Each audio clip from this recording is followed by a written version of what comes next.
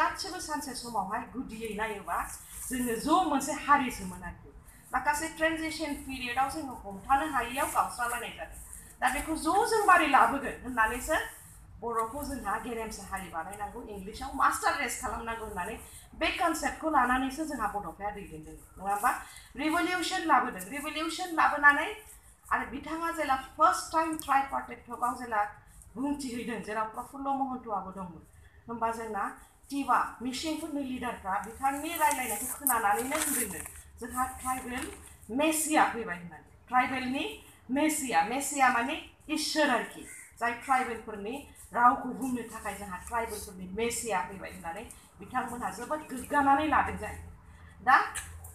दिनैनि दिनावहायबो first phase थांबाय second phase थांबाय थार्ड फेजनि सोमावसारनायखौबो बड'फायाबो मैया लाइमोन जानानैनो सोमावसारदों दिनैनि दिनावहायबो लाइमोनानो दुलाराय बर' फरायसा आफादखौ नुनाय NDIB प्रग्रेसिभखौ नुनाय गासिबो इयुथ लिडार्स गोजा इयुथ लिडार्सआसो दिनैहाय जोंनि सोमावसारनायखौबो दैदेनदों नङा होमबा दा जोङो दिनैनि दिनावहाय बाहाय जोङो बयहाबो जोंहा मोनसे जोङो बयबो मिथिखागौ बाहायथ' लेखा गोरों गोजा जोंनि गथ'फ्रा नङा होमबा दा बयबो खिन्थु 18 प्लास मोनदां भटिं राइट्सआबो दंजोबोदां ना बाहाय बयहाबो बाहाय दा भटिं राइट्स हिसाबै जोंनि देरसिन राइटआनो जोंहा दिनै 23 एप्रिलाव फैगासिनो दङ बे भटिं राइट्सखौ जोङो मोजाङै लाइमोन हिसाबै इउटिलाइज खालामनो रोंनांगोन आरो जेरावहाय लाइमोन आरो आइजोफ्रा लैहोर जायो लैहोर फैनानै जेला बे भटिं राइट्सखौ इउज खालामो होमबानो बे पार्टियानो खिन्थु जोंहा गभर्नमेन्ट खुंनाय बा खुंथाय बा सरकार खुंनायनि लामाया बाहायसो क्लियार जायो आरोखि पार्टिसिपेशन अफ युथ एंड वुमेनावसो दा दिनैनि दिनावहाय जोङो बयबो बाहाय लेखा गोरों हिसाबै मिथिखागौ आर्टिकल जोंहा कनस्टिटिउशनाव दंखायो आर्टिकल 2 and 3 निखौ लानानैनो जोङो दिनै सोमावसारगासिनो दङ फार्स्ट फेजआव बड'फानि दैदेननायाव BAC जानानै फैबाय बेयो जिहेतु जोंनि एसपिरेशनखौ फुलफिल खालामाखै फेलार जाबाय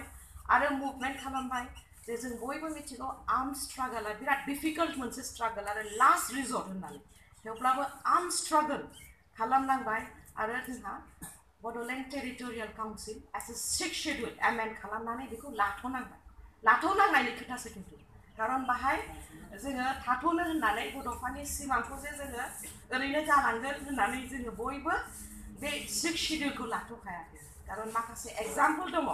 जे 6th शेड्युलाबो माखासे सेफ गार्डखौ होयो माखासे रैखाथिखौ होयो जोंनि आइडेन्टिटि जुदि जोङो मेम'रेन्डाम अफ सेटेलमेन्टखौ नायोबानो फार्स्टआव आइडेन्टिटि अफ द बड'स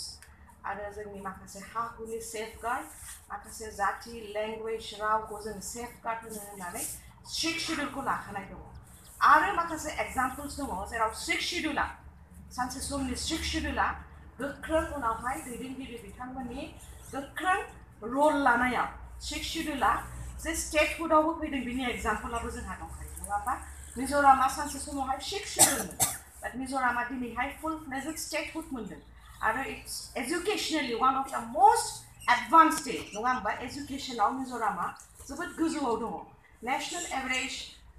निखौ बारनानै बिथांमोनहा मोजां मोनसे रलाव दङ आरो इयुथफोरनि रला बिराद इम्पेक्ट होदों मिज'रामाव हजोंहाय माखासे जे ड्राग्सनि एगेन्स्टआव आइडेन्टिटिनि ड्राग्सनि एगेन्स्टआव बिसोर मुभमेन्ट खालामदों इयुथफोरखौ माबायदि पटेन्शियेलिटि गावनि पटेन्शियेलिटि गावनि गुनखौ मारैहाय मोजाङै लांनानै दैदेनलांनांगौ आहा गोबां मिजर लोगोफोर दङ आरो मादार्सफ्रा आरो यां वुमेनफ्रा फैनानै गोबाङानो खिन्थु आवगायबोदों मावबोदों आरो दिनैनि दिनावहाय रायजो मोनखांनानैसो बिथांमोनहा बेखिनि खामानिखौ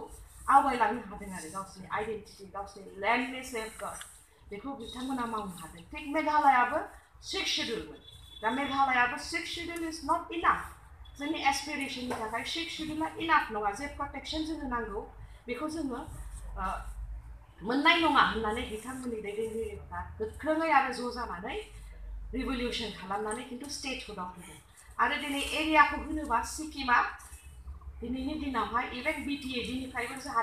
जोंहा बड'लेण्ड सोमावसारनायाथ' जोंहा 25,000 आवगोलाव 27,000 स्क्वायर किल'मिटारमोन दा लिमिट खालामनानै 25,000 स्क्वायर किलोमिटाराव जों दं आरो दिनैनि बिटिएडिनि एरियानिफ्रायबो सिक्किमा फिसासिनबाव नङा होमबा दा जोंहा बे मुभमेन्टखौ जोङो लांनांगोन 50 years जोङो बेखौ डाउन दा लाइन जोङो बेखौ कन्टिनिउ खालामलांनांगोन खारन बेहाय जोंनि आइडेन्टिटि क्राइसिसनि खोथा दङ आरो जोंहा नैबे प्लेन बिसोर जाहैबाय हिली एरिया जिअग्राफिकेल टेरेना बिसोर माखासे एडभान्टेजआ बिसोरनाव दङ खिन्थु जोंहा प्लेन हिसाबै जोंनाव इनक्रोचमेन्टआबो बारा आरो बाहाय गोगोमैनो जोङो बिफोर इन्डिपेन्डेन्स जोङो जे सेफ गार्डखौ जोङो लाखिनानै दोननो हानांगौमोन बे जिनिसखौ जोङो लाखिनानै दोननो हायाखै गोबां माखासे जाहोन फेक्टराव प्लेन हिसाबै जोंहा इनक्रोचमेन्टआबो बारा जाहैबाय दा दिनैहाय जोंना डेमोग्राफिया जोंना बिराद डेन्जारास जाहैबाय डेमोग्राफि माने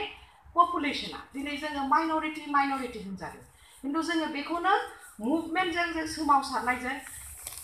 इन्टारनेशनेलि नेशनेलि जों स्टेट बेखौनो जोङो स्टेन्ड होनो हानांगोन बेखौनो जोङो दिन्थिनो हानांगोन जोङो डेमोग्राफिकेलि जे दिनै जों नाम्बारा जोंनि संख्या पपुलेशना जोंना खम जाबोदों बे जोंनि दस नङा खिन्थु बाहाय जे मेकानिजमा गभर्नमेन्ट मेकानिजमा बे इन्स्टिट्यूशन्सफ्रा जोंनि बाहाय जेसेबांखिनि इन्स्टिट्यूशन्स गभर्नमेन्ट मेकानिजमा जे मिस्टेक ब्लान्डार खालामदों जों बेखौ स्टेन्ड खालामनो हानांगोन दिनैनि दिनावहाय 6टा अटोनमास काउन्सिलनि जोङो एरिया सेटेलाइट एरियाखौ जुदि जों नायोबा आरो जोंनि 6 शेड्यूल बिटिसि कार्बि आंलं 6 शेड्यूल डिमा हासाव 6 शेड्यूल एरियाखौ जुदि जोङो नायोबा नङा होमबा जोंनावहाय क्राइटेरिया मा दंखायो ट्राइबल बेल्ट एन्ड ब्लकनि क्राइटेरियाया बेनो दङ जे जेरावहाय 50% नि पपुलेशन 50% ट्राइबल पपुलेशन थाबासो बेखौ ट्राइबल बेल्ट एन्ड ब्लक दानाय जागोन होननानै मोनसे क्राइटेरिया दंखायो नङा होमबा दा बे हिसाबैनो बे क्राइटेरिया हिसाबैनो माखासे बाउन्ड्री दानाय जाबाय बे बाउन्ड्रीखौनो डिलिमिटेशन होनो बे दिनैनि दिनावहाय नोङो 6 सेटेलाइट काउन्सिल्सखौ जुदि नायोबा आरो जोंनि नैबे 6 शेड्यूल्सखौ नायोबा मानो थाखाय दायामोन बे काउन्सिल्सफोरखौलाय बियो सानसे समावहाय थारमाने जोङो एज ए पपुलेशन जोङो 50% नि बारा दं